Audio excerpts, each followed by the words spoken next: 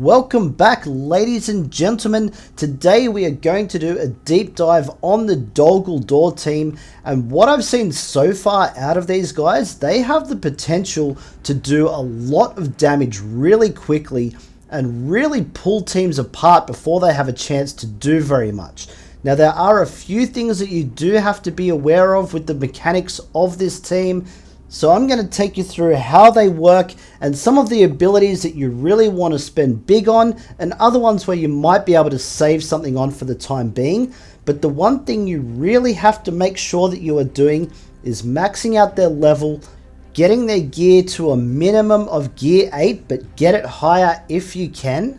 Then when we're able to farm the shards for these guys, which at the moment I would say would be around about February, at least then you've got all of the base done on them, so they're only going to get even better from there once you can promote them to the higher star levels. So let's get into it. We're going to start with the Black Beast and his leadership ability and really break this down so you guys understand how this team works. And your main goal for this team is keeping the Black Beast alive. While he is alive, his other minions, Rehka and Charu, cannot actually die. If they do receive a fatal blow, they will only be reduced to 1 hit point, and then they'll be affected by binding. Now, what this means is that while the Black Beast is alive, they will continue to remain on the battlefield, and for that turn, they'll be waiting to get back into the battle. The speed is reduced by 70%, so it is a slow grind for them to get back into the fight, but while under binding, they cannot receive any boons or banes, they cannot be damaged, and they cannot be healed.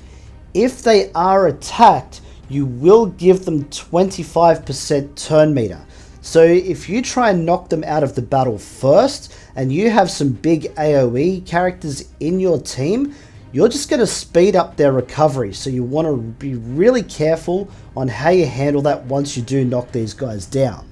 If they are under the effects of binding and you do kill the Black Beast, anyone that is under the effect of binding will also be defeated along with him. Once they do recover, they will gain back 60% health, so they will be a constant threat as long as the Black Beast is alive. In terms of upgrades, you definitely want to get this up to level 4 to start with. If you do have those green ability materials that you're happy to spend, definitely go and max this one out because it's going to be a big advantage for the Black Beast. At level 4, every time he takes a turn, he's going to sap 4% health out of all shadow allies. He'll also give 5% focus to any shadow squad members. Once you max this out, he'll get 10% healing, and he'll also give Shadow Squad members a total of 15% focus, which is really going to help them apply all of those banes. Now, moving on to his basic ability. Now, this one is pretty straightforward. Most of the upgrades are simply damage. He can also apply weaken, but for the time being, you really want to save those purple ability mats. So only take this one up to level 3. You can always come back and finish this one off later, but for the time being, you're still going to have 75% chance to apply weaken, which means it's going to apply most of the time anyhow. Now we're going to take a look at his first special ability, and this is a really important tactical ability for the Black Beast, and you really want to max this one out. The main reason you want to do that is to get this stamina down to 3 instead of 4. But this ability does a couple of different things. First of all, you're going to gain 3 stacks of counter attack. You'll also be putting heal block on the 2 most wounded enemies for 2 turns. So this is really going to stop them healing. This could be very effective against teams like the Rivendell team. You'll also be gaining a stack of Feast. Now with Feast, that will give you an increase of 12% damage per stack, and also you'll be increasing your armor by 5% per stack. Now you can get up to 20 stacks of Feast, which means you're going to be doing 240% extra damage, and you can also get 100% extra armor. Now this probably won't do very much in places like the arena because the battles don't go for long enough to get enough stacks of feast on him. But if you're looking at something like the raid, you could very well end up with those 20 stacks, and it can really be a great team to have for the raid, especially against something like the troll in chapter 2 where you have a bit more time. You might be able to build those stacks up a lot higher. This could be very effective in that phase of the raid, something that I'm really looking forward to testing out once we do get all of these characters in the game. Now moving on to his second special ability, and this one is also very important. Definitely max this one out if you can, because once you've maxed this out, it attacks all enemies 3 times for 85% damage, and it also has a 35% lifesteal. Now I only have this at level 4 at the moment, but here is some footage from chapter 1 of the raid, and you can see how much damage potential and how many points you could get just from this one ability. And what you see here in damage for chapter 1 will also be healing in chapter 3, so you can get a very similar effect in terms of points. So definitely an ability that you want to max out as soon as you possibly can.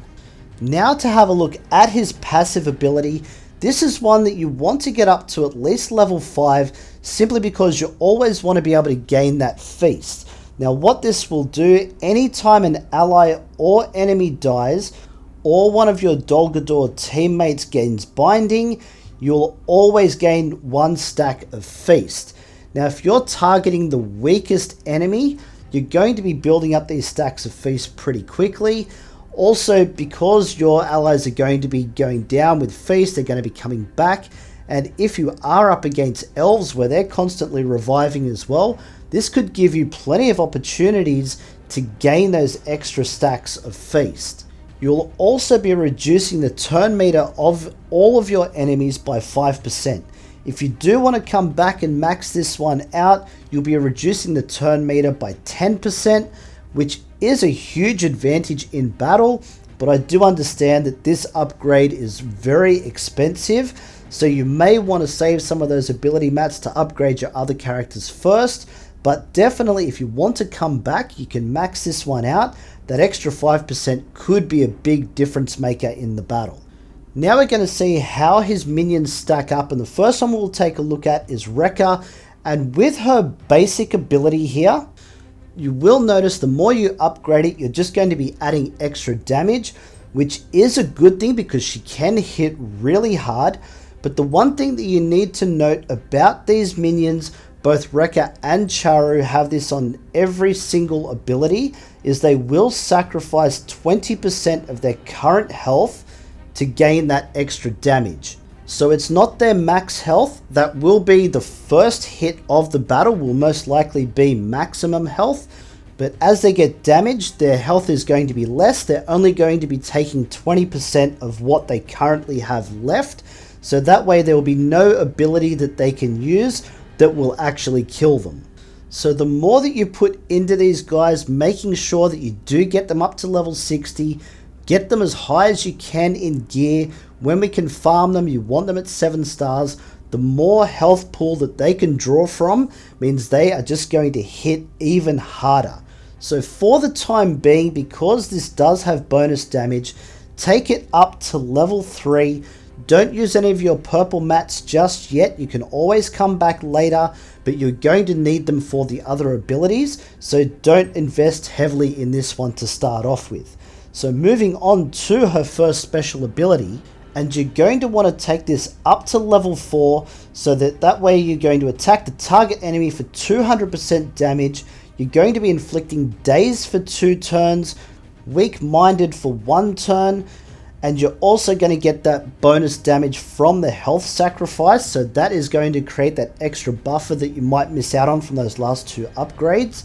If you do want to come back, there's an extra 70% damage that you can squeeze out of it, and you can extend that weak-minded for an extra turn, which is always going to be helpful because that reduces their resistance, making it a lot easier for you to apply all of those banes. but there are a lot more abilities that you do need to invest in, so maybe save those last 2 upgrades for a little bit further down the track, but definitely something that you should consider coming back to later. Moving on to her second special ability here. Now this is a massive AoE. This can do a lot of damage. Now it may not sound like much. When you do max this out, you do get 170% damage on all enemies.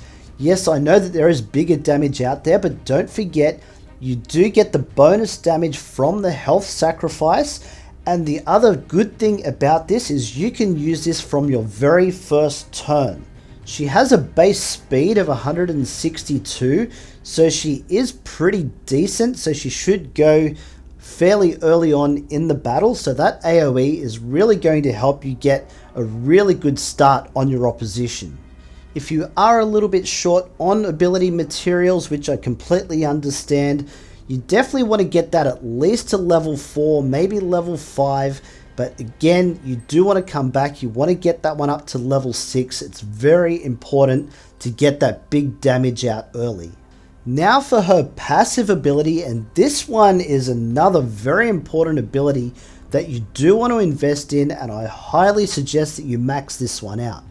Now this one here basically allows you to really ramp things up and have all of these boons on you all at one time. On your first turn, you'll gain Deadly, which increases your critical chance by 30%. Then on your next turn, if you still have that Deadly on you, you will also gain Might and keep the Deadly on you. So now you're going to have 2 boons. Once you have your third turn, if you still have both of those boons on you, you will also gain haste for 1 turn.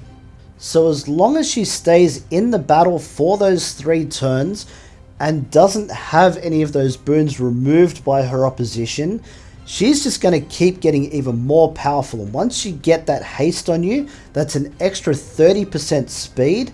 So she is really going to be ramping up the damage quite often. If you can keep her alive, we know the damage output that she's capable of. Definitely make sure that you're investing in that passive ability right to level 6. So to sum her up, you're saving some of those ability materials on the first 2 abilities and really going all in on the other 2. Now we move on to her counterpart in Charu. She is another very, very good character, but to get the most out of her, she will cost a lot of ability materials. So we're going to start with the very first one here.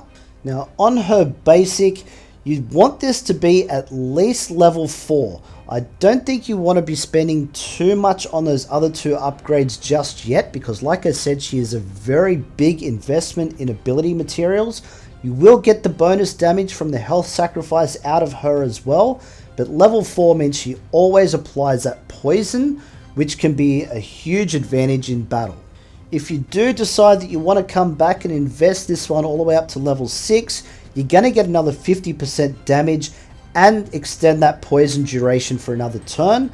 So something that you may want to consider down the track, but like I said, level 4 is probably where you want to be because you are going to need those ability materials elsewhere.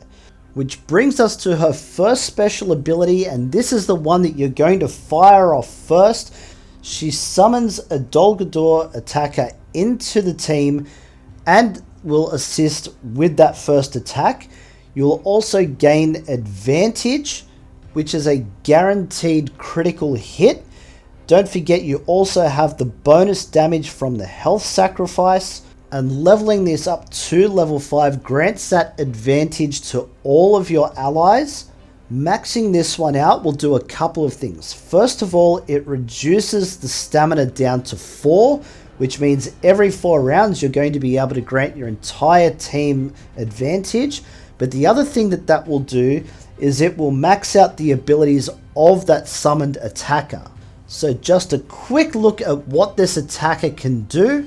His basic ability will hit for 200% damage plus the bonus damage from the health sacrifice, and his special ability can hit for 250% damage, and it can inflict slow for 2 turns. Also, you get that bonus damage from the health sacrifice. So very important for Charu's first special to completely max that out. There's a lot of advantages. You're going to make that summon character even more powerful. The next big investment you're going to make is on her second special ability. And there are a couple of things that we've got to break down here. First of all, the target enemy is going to suffer 350% damage, plus the extra damage that you get from your health sacrifice. You're also going to steal 2 boons from that target enemy. The only ones that you cannot steal are Taunt and Provoke. Also things like Momentum and things like that from the Troll, which can't be stolen. You'll also grant your whole team an extra 15% turn meter.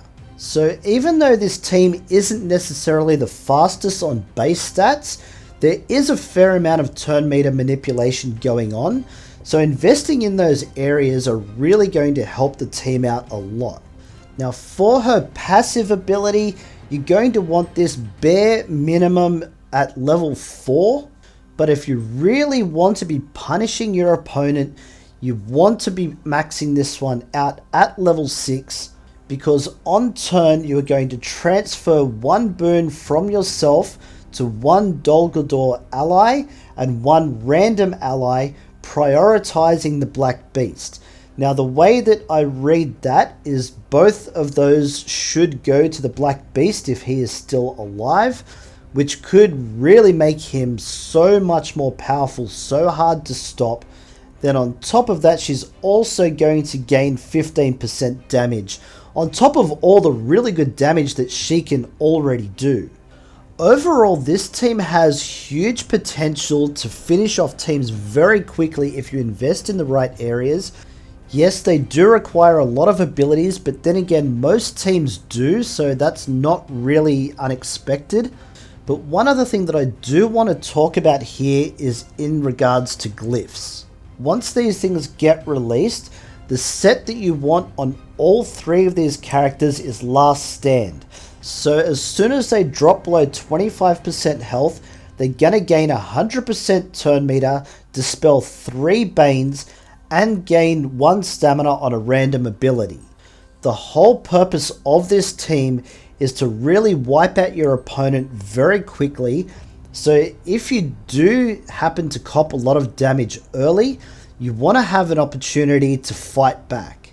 And because the Black Beast is the central component to this team, if he dies, the rest of the team essentially dies. So you want to give him a chance to really get back in the fight. If by chance it's that AoE lifesteal that he's able to do at that point, that can really change the battle for you. For the second set, on the Black Beast, I would probably consider something like Bloodlust. Whenever this character defeats an enemy, gain 30% turn meter. If you remember, on his passive ability, every time an enemy is defeated, their whole team loses 10% turn meter if you've maxed that out. So you're also going to be gaining turn meter at the same time, meaning that you could get another turn in before they do. And because the Black Beast is actually quite slow to start with, you really want to give him an opportunity to get back in the battle and do even more damage. For Rehka and Charu, I would probably go with the Lifestealer because they are sacrificing so much of their own health and they can do a lot of damage. The Lifestealer will gain 2% lifesteal. So when you're doing big damage, 2% might not sound like a lot, but given their damage output, I think 2% could be a really good replenishment for them, especially on Rehka with her AoE. That could do a lot of damage and you're pulling that 2% off all of your enemies. The other big thing that we've got to consider about this team is because they are only a team of 3, who else can we use with them? Now, the whole idea is keeping the Black Beast alive, so you want someone that can run a bit of interference on that, or even a healer that can top those minions up and stop them from being binded, as well as making sure that they get that extra damage because of that extra health sacrifice. Another thing to consider is if you use Shadow, then that means that the Black Beast will be drawing health from them to top himself up. If you use light side, he won't be able to do that. So you could use a combination of someone like Nuraz and one of the trolls, because as soon as Nuraz takes a turn, he's going to put provoke on the trolls. Plus those trolls do a lot of extra AoE damage. But on the other hand, Nuraz won't be able to summon a troll into the battle because you'll already have another character in that slot. Bolg and Tordok could be another one because they have a lot of provoke and taunts going on there. They can constantly run interference to make sure that you're only attacking them and not the Black Beast and his minions.